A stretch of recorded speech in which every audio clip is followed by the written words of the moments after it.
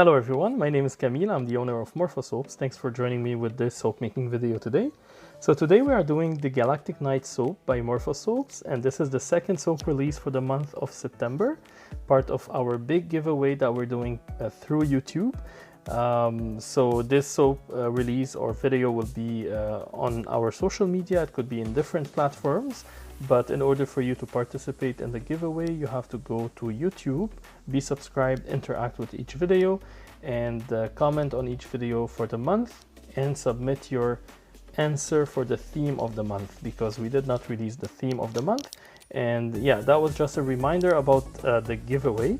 Now let's go to the soap. As you can see, we mixed all the oils, butters, additives, and colors separately, and then to each portion I'm adding the lye water solution, and I will be mixing with the stick blender until emulsion, and then I will mix with the spatula and add the fragrance in to avoid any accelerations or any surprises during the soap making. Now for the purple, I used three types of micas. I used one neon, one light purple, and one darker purple, the Galactic purple, and I added a hint of black oxide to my purple portion, and then the other two portions were only black oxide with activated charcoal for the benefit that it does on the skin. And then one portion of the black will be used for the piping. The other portion will be used to be creating the swirls inside the soap. Now when I added the fragrance, I noticed some weird color coming on the soap. I was very concerned, but surprisingly it did not accelerate and it did not rise on me. Everything went smoothly. As you can see, it's still fluid, runny. I'm pouring the soap, I'm doing drop swirls between the purple and the black.